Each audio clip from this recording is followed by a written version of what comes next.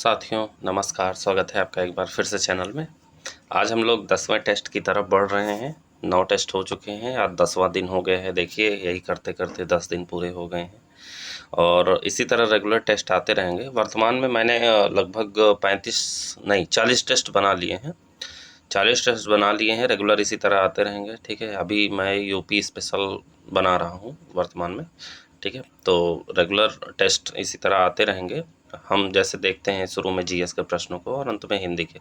इसकी पीडीएफ आपको Telegram channel पे मिल जाएगी। ठीक है, कल 10 टेस्ट तक के मैं जो है पीडीएफ भेज दूंगा, 1 से लेकर 10 तक के जो मैंने पढ़ा दिया है। आप चाहे तो उसका प्रिंट आउट करा सकते हैं या मतलब खुद से पढ़ सकते हैं मोबाइल पे। तो या तो फिर जैसे मान लीजिए पीडीएफ आप पढ़ते समय जो क्या होता है, प्रिंट आउट कराने में कुछ अक्षर मिस प्रिंट हो जाते हैं। मिस प्रिंट का मतलब है कि प्रिंटिंग अच्छी से नहीं हुई तो मिसप्लेस हो गए। ठीक है, तो क्या होता है कि हमको समझ में नहीं आता है वो क्या लिखा है। तो आप वीडियो एक बार ज़रूर देख लीजिएगा, उससे क्या होगा कि हम जो वर्ड हमारे वो मिसप्रिंट रहेंगे उसको हम सही कर पाएंगे। ठीक है, मैं हालांकि ये बहुत अच्छे से बता देता हूँ यहाँ पे, आप 1-2 बार वीडियो देख लेंगे तो आपका सफिशिएंट हो जाएगा, याद हो जाएगा। ठीक है, क्योंकि वीडियो देख के याद करना आसान होता है। ठीक, तो चलिए शुरुआत करते हैं आज के प्रश्नों को। अंत में हम हिंदी के प्रश्नों को देखेंगे चलते चलते। ठीक है, तो चलिए शुरुआत करते हैं। आज का पहला प्रश्न है, परी खाना की स्थापना किसने की? तो परी खाना की स्थापना की थी वाजिद अली शाह ने की थी। ठीक है, परी खाना की स्थापना वाजिद अली शाह द्वारा की गई थी। अवध की बेगम से दुर्व्यवहार के कारण किस गवर्नर जनरल पर महाभियोग चलाया गया? तो वारेन हेस्टिंग था जिस पर महाभियोग चलाया गया। इसने जो है अवध की बेगम के साथ दुर्व्यवहार किया था। ठीक, अगला है, शुकरचकिया मिशल का संस्थापक कौन था? ये मिसल जितने भी हैं आप उनको एक बार ज़रूर देख लीजिएगा। तो शुकरचकिया बहुत इंपॉर्टेंट है उनमें से। तो शुकरचकिया मिशल का संस्थापक चरस सिंह को माना जाता है, ये इंपॉर्टेंट है। एक बार ज़रूर देख लीजिएगा क्योंकि पीसीएस में भी शुकरचकिया मिशल से कई बार सवाल आया है, आरओ में भी 2-3 बार सवाल आया है। तो आप एक बार ज़रूर शुकरचकिया मिशल यानी मिसल जितने भी हैं उनको ज़रूर देख लीजिएगा। उसमें से शुकरचकिया मिशल ज़्यादा इंपॉर्टेंट है, तो उसके संस्थापक चरस सिंह हैं। ठीक, अगला है, रणजीत सिंह के प्रशासनिक व्यवस्था में प्रशासन की सबसे छोटी इकाई। तो रणजीत सिंह के बारे में पूछा जा रहा है जिसमें प्रशासनिक व्यवस्था में प्रशासन की सबसे छोटी इकाई थी मौजे, जिसको ग्राम सभा कहा जाता था, मौजे थी। ठीक है, आगे बढ़ते हैं। रणजीत सिंह के समय सिख राज्यों को कुल 4 सूबों में बांटा गया। ठीक है, कौन कौन सा? लाहौर, मुल्तान, कश्मीर और पेशावर में विभाजित किया गया था। प्रत्येक सूबे का प्रमुख अधिकारी कहलाता था, तो नाजिम कहलाता था। ठीक है, तो जैसे मान लीजिए लाहौर सूबा है, उसका प्रमुख अधिकारी नाजिम, मुल्तान का भी नाजिम, कश्मीर का भी नाजिम और पेशावर का भी नाजिम। ठीक है, तो जो है ये सूबे जो हैं उनके प्रमुख अधिकारियों को नाजिम कहा जाता था। अगला है, पूर्व का साम्राज्य हमारे कदमों में है, कहा था किसने? कहा था वेलेजली ने कहा था। किसने? वेलेजली ने। अगला है, खुर्दा का युद्ध। खुर्दा का युद्ध कब हुआ था? तो खुर्दा का युद्ध होता है 1975 में निज़ाम और मराठों के बीच में। ठीक है, ये याद करते चलिएगा। अवध का विलय कब होता है? अवध के विलय के पक्ष के रूप में सर जॉन शोर, बर्क और लॉर्ड हेस्टिंग थे, ये तीनों थे। और पक्ष में नहीं थे वो थे कर्नल स्लीमैन। कर्नल स्लीमैन जो है अवध के विलय के पक्ष में नहीं थे और पक्ष में थे कौन? सर जॉन शोर, बर्क और लॉर्ड हेस्टिंग। ये चारों ऑप्शन दे देगा और पूछ लेगा अवध के विलय के पक्ष में कौन नहीं थे। ठीक है, तो कर्नल स्लीमैन। आगे बढ़ते हैं। अगला है, हस्तक्षेप की नीति के लिए जाने जाते हैं। तो हस्तक्षेप की नीति के लिए जॉन शोर को जाना जाता है। किसको? जॉन शोर को। अगला है, बफर राज के रूप में प्रसिद्ध था। तो बफर राज के रूप में प्रसिद्ध था अवध राज्य। कौन सा राज्य? अवध। अगला है, इलाहाबाद का किला अंग्रेजों को सौंपा। तो इलाहाबाद का किला अंग्रेजों को किसने सौंपा? शहादत अली खान ने सौंपा। किसने? शहादत अली खान ने। अगला है, राजा टिकैत राय वित्त मंत्री थे। तो राजा टिकैत राय किसके वित्त मंत्री थे? तो ये थे नवाब आशुफ-उद-दौला के। किसके? नवाब आशुफ-उद-दौला के वित्त मंत्री थे राजा टिकैत राय। ठीक है, अगला है, भारत में अंग्रेजों को प्रशासनिक भाषा के रूप में लाने के लिए उत्तरदायी है। तो चार्ल्स वुड जो है अंग्रेजी भाषा को प्रशासनिक भाषा के रूप में जो है लाने के लिए उत्तरदायी है, चार्ल्स वुड। अगला है, क्लाइव को स्वर्ग से उत्पन्न सेना नायक कहा। तो क्लाइव को स्वर्ग से उत्पन्न सेना नायक किसने कहा? तो रॉबर्ट पिट ने कहा। रॉबर्ट पिट ने कहा। ठीक है, आगे बढ़ते हैं। अगला है, बंगाल एशियाटिक सोसाइटी की स्थापना किसने की या किसके द्वारा किसके समय की गई? तो बंगाल एशियाटिक सोसाइटी की स्थापना की गई वारेन हेस्टिंग के समय। किसके समय? वारेन हेस्टिंग के समय। ठीक है, आगे बढ़ते हैं। बेंटिक ने प्राच्य निरंकुशता में ब्रिटिश स्वतंत्रता की भावना भर दी, कहा था। मैकाले ने ये कहा था कि विलियम बेंटिक ने प्राच्य निरंकुशता में ब्रिटिश स्वतंत्रता की भावना भर दी। ठीक है, आगे है भारतीय समाचार पत्रों का मुक्तिदाता किसे कहा जाता है? तो चार्ल्स मेटकाफ को कहा जाता है। ये प्रश्न तो बहुत आसान है, कई बार पूछा गया है। तो भारतीय समाचार पत्रों का मुक्तिदाता चार्ल्स मेटकाफ को कहा जाता है। अगला है 1799 में प्रेस सेंसर एक्ट पारित कर भारतीय समाचार पत्रों पर प्रतिबंध लगाने का प्रयास किया गया। किसके द्वारा? लॉर्ड वेलेजली के द्वारा। ठीक है, अगला है 1908 का समाचार पत्र अधिनियम पारित किया। किसने किया था? लॉर्ड कर्जन ने पारित किया था 1908 का समाचार पत्र अधिनियम। ठीक, अगला है सेंट हेलेना अधिनियम संबंधित है। तो सेंट हेलेना अधिनियम किससे संबंधित है? चार्टर अधिनियम 1833 से। किससे संबंधित है? चार्टर अधिनियम 1833 से संबंधित है। अगला है, आगे बढ़ते हैं। अगला है बंगाल गजट के नाम से अंग्रेजी में प्रथम समाचार पत्र प्रकाशित किया। तो बंगाल गजट के नाम से प्रकाशित किया जेम्स ऑगस्ट हिक्की ने। ये याद होगा ही, नहीं याद है तो याद कर लीजिए। बंगाल गजट के नाम से अंग्रेजी में प्रथम समाचार पत्र जो है जेम्स ऑगस्ट हिक्की ने प्रकाशित किया था। अगला है सर्वप्रथम संभागीय आयुक्तों की नियुक्ति किसके समय हुई? तो ये हुई विलियम बेंटिक के समय। ठीक है, अगला है लोक शिक्षा विभाग की स्थापना किसके द्वारा? तो लॉर्ड डलहौजी द्वारा। क्या? लोक शिक्षा विभाग की स्थापना लॉर्ड डलहौजी द्वारा की गई। अगला है प्रथम अकाल आयोग का गठन किया गया। तो प्रथम अकाल आयोग का गठन लॉर्ड लिटन के समय किया गया। ठीक, यंग हस्बैंड अभियान आया लॉर्ड कर्जन के समय। दास प्रथा लॉर्ड एलनबरो के समय 1843। ठगी प्रथा कर्नल स्लीमैन के समय 1830। सती प्रथा विलियम बेंटिंग के समय 1829 और नरबली प्रथा लॉर्ड हार्डिंग के समय। ठीक है, ये सही मिलान को प्रश्न आएंगे, इनको याद कर लीजिएगा। ठीक, आगे बढ़ते हैं। अगला है मैकाले का स्मरण पत्र कब आता है? तो ये होता है 2 फरवरी 1835 को। फिर आगरा प्रांत का सृजन कब होता है? तो आगरा प्रांत का सृजन होता है 1834 में विलियम बेंटिक द्वारा। किसके द्वारा? विलियम बेंटिक द्वारा। अगला है आगे बढ़ने की नीति या फॉरवर्ड नीति जिसे कहते हैं, कई बार पूछा गया है। किसके द्वारा? जनरल ऑकलैंड के द्वारा। महान निष्क्रियता नीति जॉन लॉरेंस द्वारा।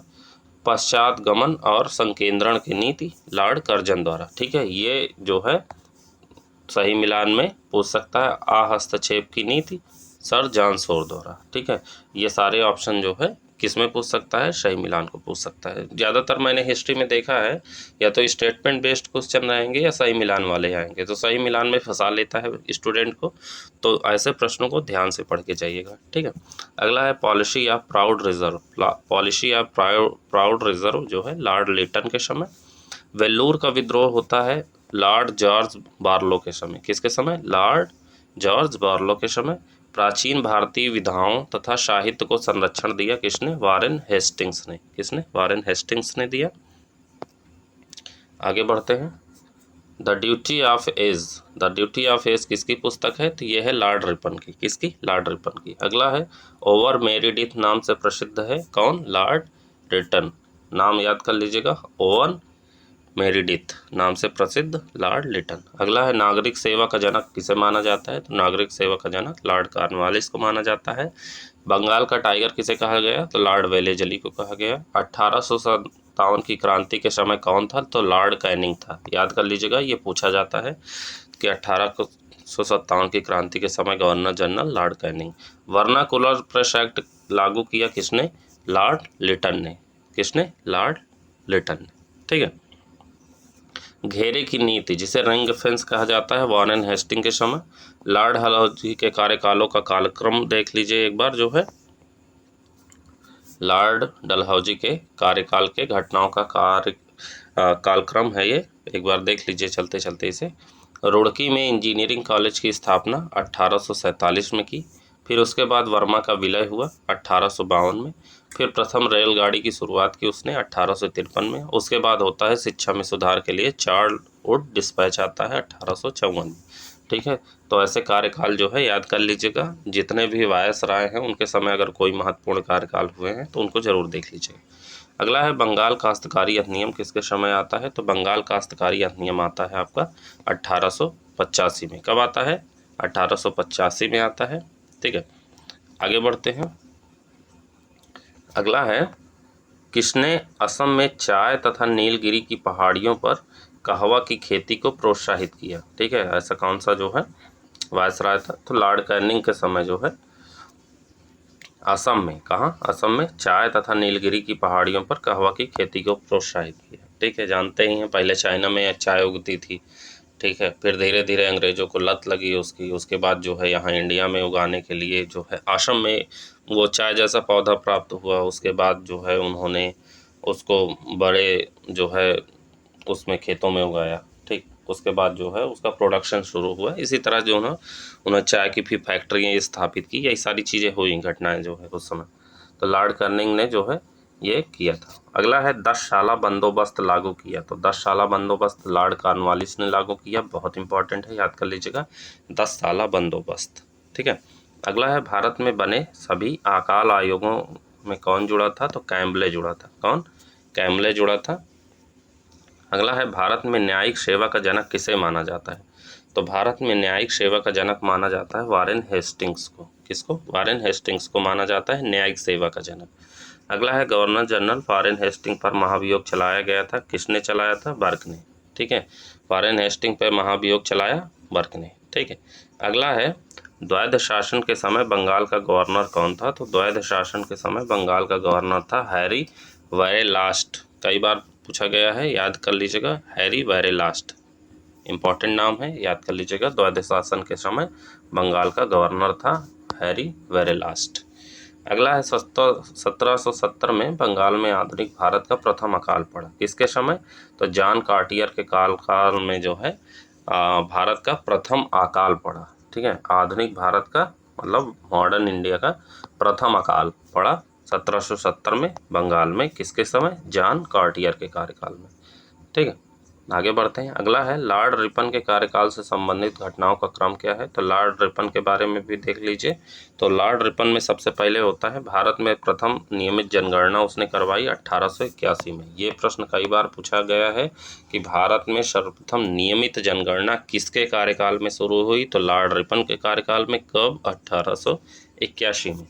ठीक है, अगला है, विलियम हंटर की अध्यक्षता में शिक्षा आयोग 1882 में, ये कार्यकाल हैं। ठीक है, इल्बर्ट बिल लाया गया 1883 में और रिपन का त्यागपत्र होता है 1884 में। तो ये कालक्रम जरूर याद कर लीजिएगा।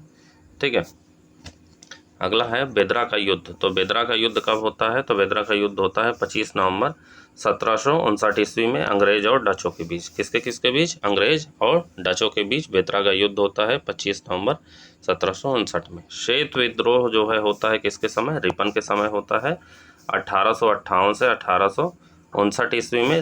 रॉबर्ट क्लाइव की गलत नीति के कारण जो है श्वेत विद्रोह हो जाता है रिपन के समय 1858 से 1859 के। ठीक है, आगे बढ़ते हैं। अगला है,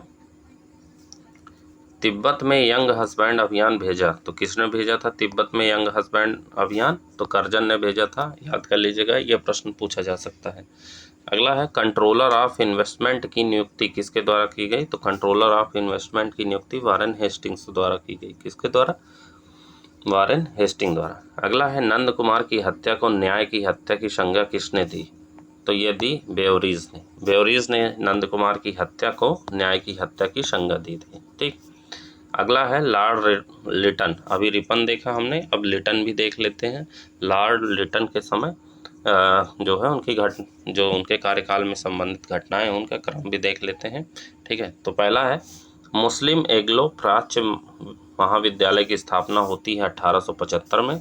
ठीक है, कब? 1875 में मुस्लिम एंग्लो प्राच्य महाविद्यालय। फिर 1876 में होता है रॉयल टाइटल अधिनियम का पारित होना। ठीक है, 1876 में रॉयल टाइटल अधिनियम का पारित होना। फिर 1877 में होता है प्रथम दिल्ली दरबार का आयोजन। कब होता है? 1877 में। फिर 1878 में होता है आर्म्स एक्ट पारित। ठीक है, तो 1878 में आर्म्स एक्ट पारित होता है। ठीक, तो ये लॉर्ड रिटन के कार्यकाल के कुछ महत्वपूर्ण जो है जो हुए हैं कार्य वो देखा आपने। आगे बढ़ते हैं। अगला है वेल्लूर सिपाही विद्रोह। तो वेल्लूर सिपाही विद्रोह किसके समय होता है? तो विलियम बेंटिंक के समय होता है। किसके समय? विलियम बेंटिंक के समय वेल्लूर सिपाही विद्रोह होता है। अगला है मार्क्विस ऑफ हेस्टिंग्स की उपाधि दी गई। किसको दी गई? तो लॉर्ड हेस्टिंग को दी गई। किसको? लॉर्ड हेस्टिंग को। अगला है 1824 में कलकत्ता में गवर्नमेंट संस्कृत कॉलेज की स्थापना की। तो 1824 में कलकत्ता में गवर्नमेंट संस्कृत कॉलेज की स्थापना किसने की? तो लॉर्ड एम्स हार्ट ने की थी। किसने? लॉर्ड एम्स हार्ट्स ने की थी। ठीक है, तो ये रहे हमारे जीएस के प्रश्न। उम्मीद है आपको पसंद आए होंगे। काफ़ी इंपॉर्टेंट प्रश्न देखने को मिला। अब चलते हैं हिंदी की तरफ। चलते चलते हिंदी के प्रश्नों को भी देख लेते हैं। ठीक है, विलोम शब्द अभी चल रहा है, जान ही रहे हैं। इसके पहले हम लोग अनेक शब्दों के एक शब्द देख रहे थे। तो चलिए शुरुआत करते हैं हिंदी के प्रश्नों को।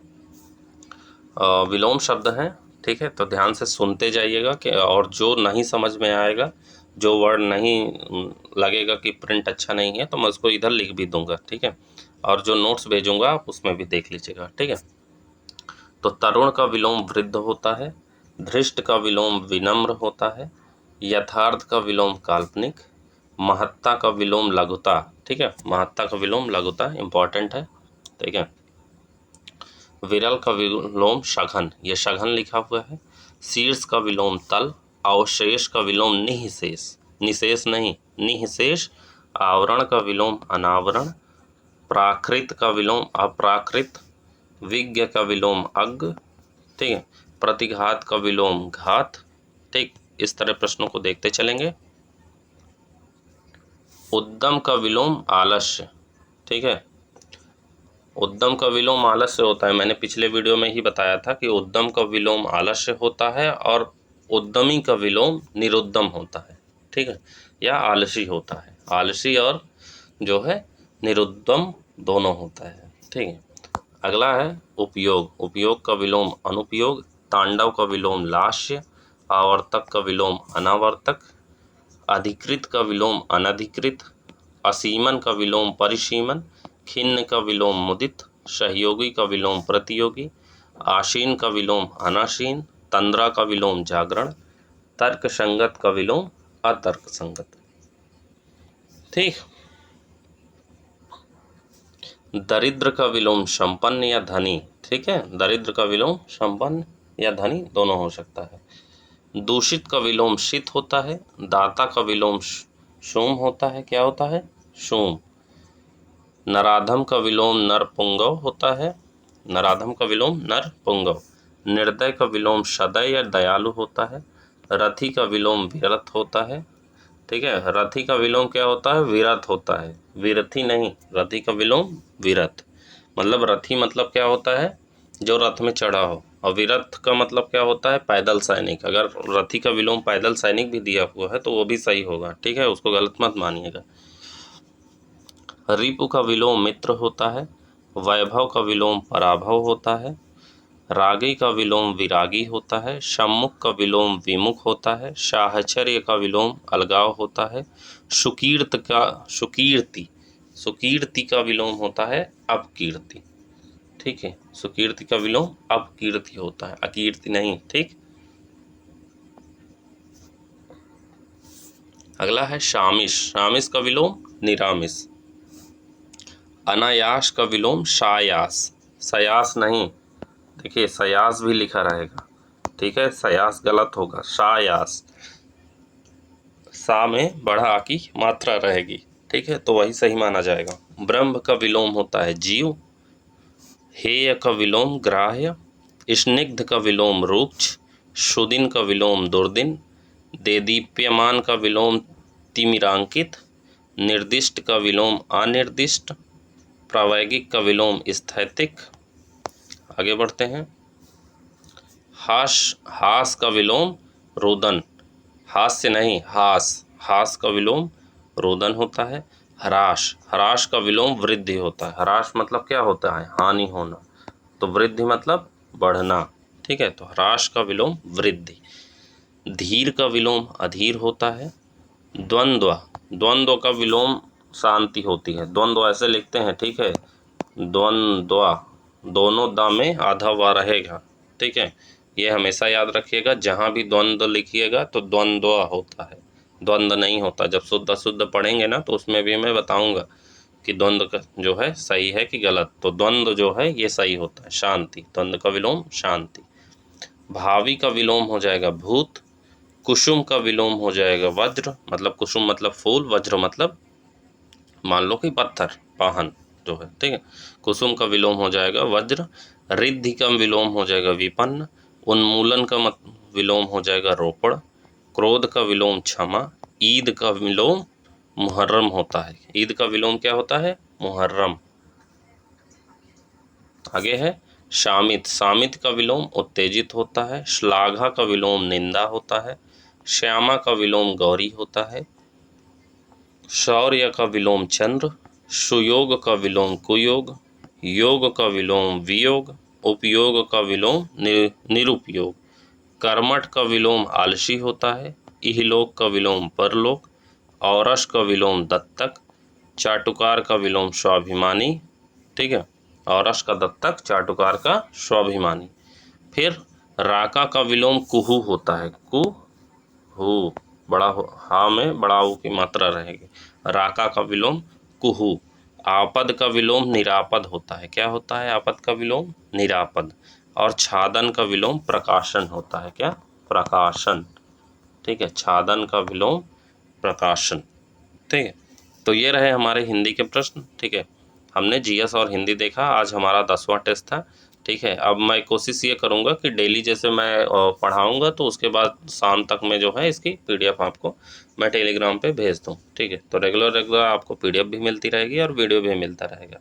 पीडीएफ में क्या है कि पढ़ने में आपको उतना मज़ा नहीं आएगी, बट अगर आप वीडियो देख लेते हैं तो वीडियो वाले में जो, देखिए मेरा एक तो साउंड है, मेरी आवाज़ थोड़ी भारी है, वो मैं मानता हूँ, लेकिन ये है कि अगर आप ध्यान से सुनेंगे तो आपको चीज़ें ज़रूर याद हो जाएंगी, ठीक है। तो इसकी पीडीएफ आपको टेलीग्राम पे मिल जाएगी, उसमें परेशान होने की आवश्यकता नहीं है। इसी तरह रेगुलर डेली टारगेट के टेस्ट आएंगे, ठीक है। चैनल पे नए हैं तो सब्सक्राइब कर लीजिए, मेरे 1000 जो है सब्सक्राइबर जल्दी से करवा दीजिए, ठीक है। तो मैं और भी वीडियो बनाने के लिए मुझे थोड़ा सा प्रोत्साहन मिल जाएगा, क्योंकि 1000 सब्सक्राइबर हो नहीं रहे हैं बहुत समय, 1 साल से ज़्यादा हो गया है, ठीक है, वीडियो डालते हुए। तो कभी कभी लगता है कि छोड़ देता हूँ, लेकिन फिर भी लगता है कि चलिए आप लोगों के लिए मेहनत करते हैं, ठीक है, जिससे सिलेक्शन हो जाए आप लोगों का, ठीक। तो ये रहे हमारा जो है आज का वीडियो, उम्मीद है आपको पसंद आया है। पसंद आया तो लाइक करिए, नए हैं तो सब्सक्राइब करिए। मिलते हैं अगले वीडियो में, तब तक के लिए जय हिंद, जय भारत।